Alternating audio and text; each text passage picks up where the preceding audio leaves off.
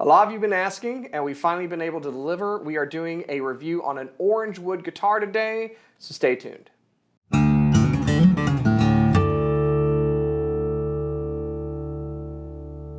Hey, you're watching Alamo Music TV. My name's Chris McKee. And I'm Cooper Greenberg. We're here with Alamo Music Center in San Antonio, Texas. You can find us online at alamomusic.com. If you're new to the channel, make sure to subscribe, turn on notifications, and like our videos. If you'd like to support the channel, visit our Teespring store link below for our custom design t-shirts. So we've been asked a number of times in comments to review various guitars, but a common one has been Orangewood. Yeah.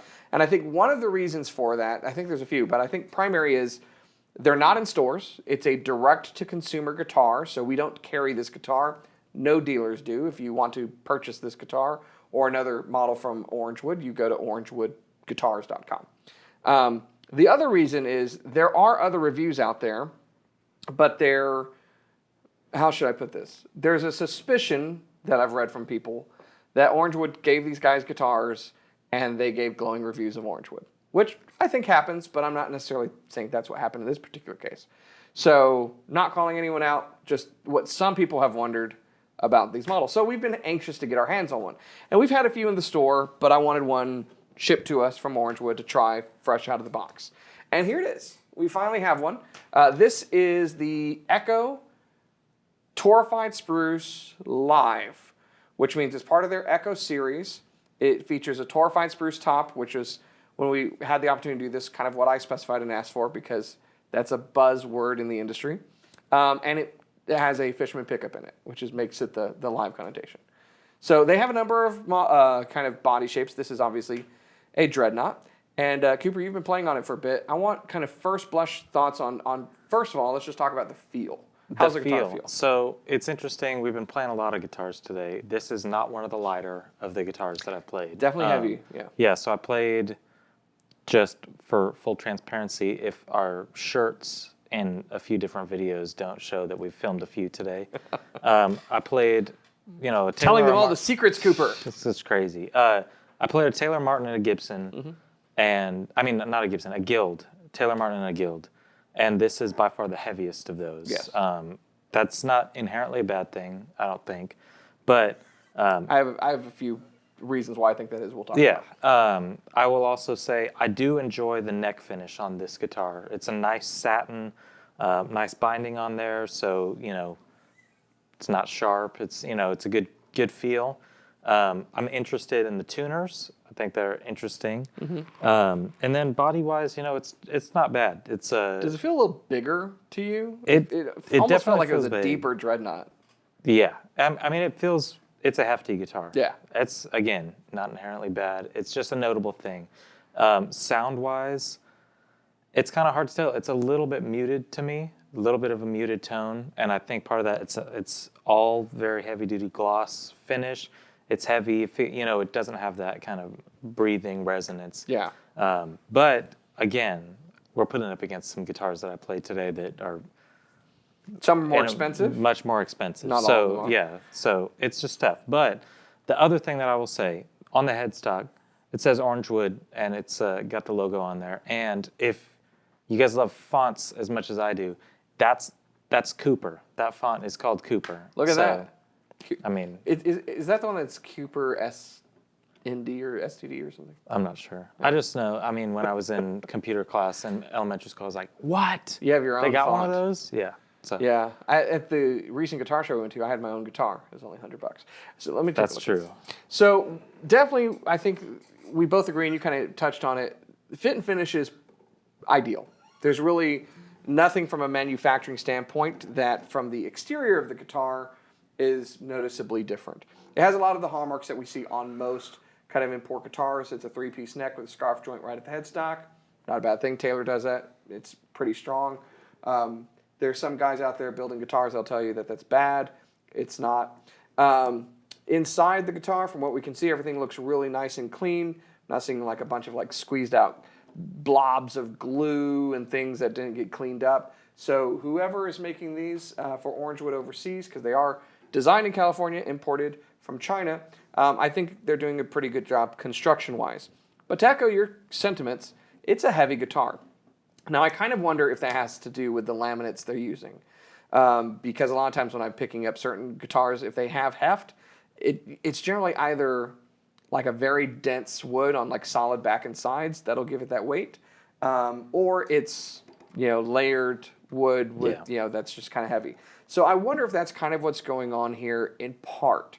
Now we do have a pickup system, but I've played other guitars with similar Fishman systems in it that aren't really that expensive. So I think it's the laminate Pal-Ferro back and sides, because the top is solid spruce with scalloped X bracing, and it's torrefied. So let's talk about what that means. Not terrified. We haven't scared the spruce, but maybe it was scared because it was baked. That's what torrefaction is. And actually, do you know where this started? It wasn't in guitars. You do woodworking. Yeah, I think I did. You mentioned this once before, but I forget where that like process flooring was. and other flooring. like wood where you need it to be stable. Yeah. Like if you're building furniture, you don't use wet wood because it'll move. Yeah. Right.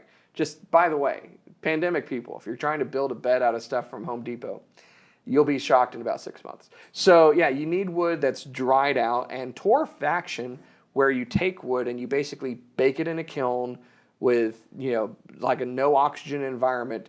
You're allowing that wood to really settle in. You're releasing certain volatiles from it. The end result is stable wood. For a guitar, what it means is that it's stable wood that's lighter and more resonant, generally speaking. Now, a lot of people are doing this on guitars from various price points. Mm-hmm. We looked at an Ibanez recently where it was thermally treated, but it was actually just the bridge and the bridge plate. I had to double check the label on this because it does say Echo TS, which is torrefied spruce. Because the top doesn't really look like I would expect it to look. Now, maybe if we had another one next to it, it would be lighter. Yeah. But usually on torrefied spruce, it looks darker, just like aged spruce would. So that was kind of the first, is it really torrefied? Overall, it's a fairly nice looking piece of spruce on the top. You don't have a lot of glaring issues with it. There's a lot of silking, these medullary lines, that shows that it was properly quartersawn and a nice piece of spruce. There's a few blemishes here and there, but all in all, really nothing to complain about. So the question is, it feels pretty good. And by the way, I checked the setup on this. It's a long scale, 25.5 inches, 44 millimeter nut width, which is about 1 3/4. The neck is perfectly flat. So if you were checking for relief, there is none. But it feels pretty good, and the neck angle's pretty spot on. So there really aren't many things to complain about as far as the construction, fit, finish, and feel of the guitar. You're going to put it through its paces, and we'll talk about more on the other side. So put your ears on and check it out.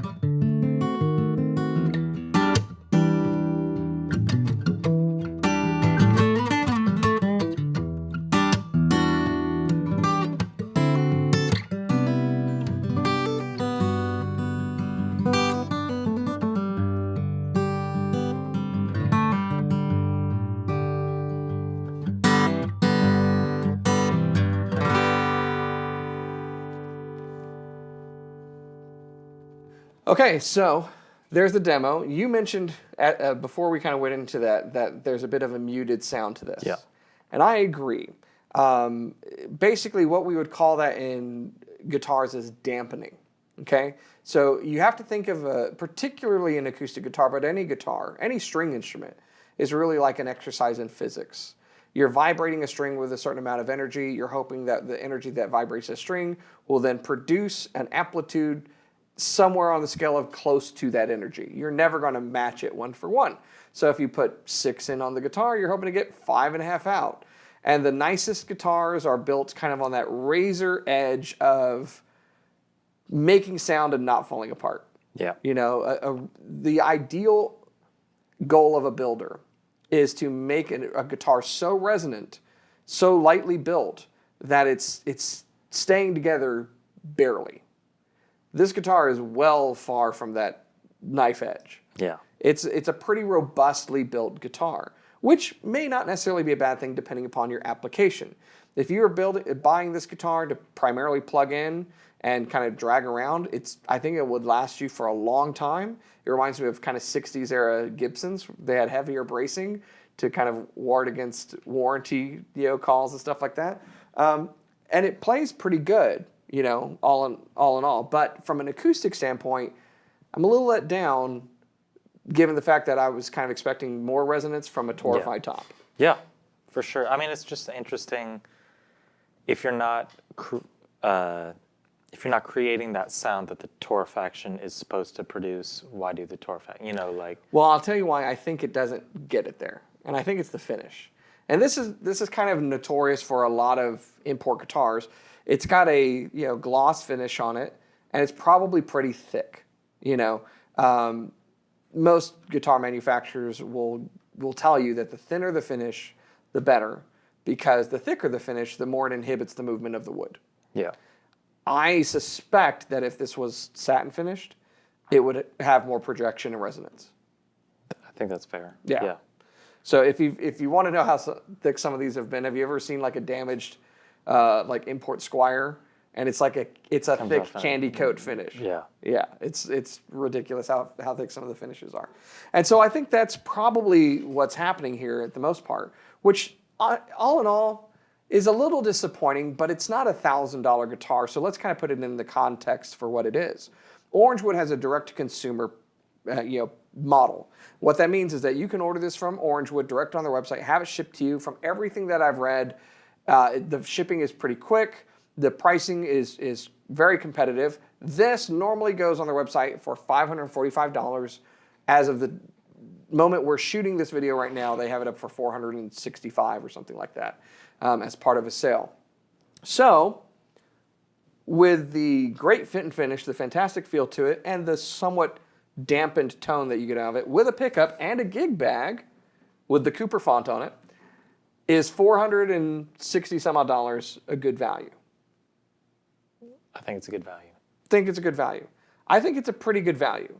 Let's put it in context. There's a similar Yamaha you can buy, like this guitar, with a pickup. You don't get a gig bag. It's more expensive than this guitar. I think it's a bit more resonant than this guitar. FGX? 800? Yeah, but it's more expensive than this guitar. Yeah. Now, we have shot today, since you let everybody know, Cooper, a Guild Bob Marley A20 commemorative guitar. We both really like that guitar. Yeah. And it's on our channel. If you haven't seen it, you should subscribe. That's a $399 guitar. Now, That's a good value. It doesn't have a pickup system. Yeah. Okay? But it's a lot more resonant than this guitar. Yeah. So that's kind of where the debate lies. Now, if you might like the tone of this guitar, it's definitely lo-fi Gibson tone to me. There's a dampening on the high end, and you get more of the low end, and there's just not huge volume coming out of a big guitar. But you might really dig it, and with the gig bag and the pickup, it's a good value. So definitely not a knock on it. But there are other guitars, if you eschew the pickup, that are in this price range that have a bit more resonance and volume to it. Yeah, I think that's totally right. Sometimes in the price range, you got to make a concession somewhere. So I don't know about you.